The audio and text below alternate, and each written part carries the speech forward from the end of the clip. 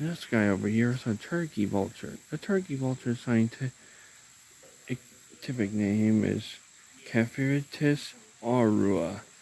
The turkey vultures are the only bird species with a keen sense of smell. They also have an excellent immune system to fight off bacteria, viruses, and diseases. This species can be seen cruising through open areas and forests in search of their next meal.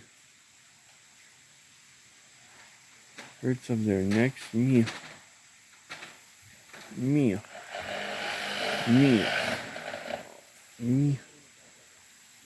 They will communal and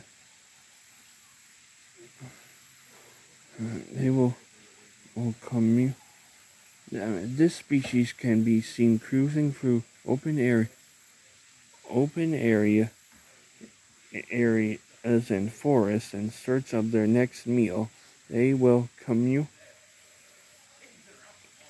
communal roost in trees or utility towers. Turkey vultures feed only on dead animals.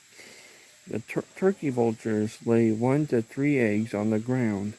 Nests are often found in caves, hollow logs, or abandoned buildings.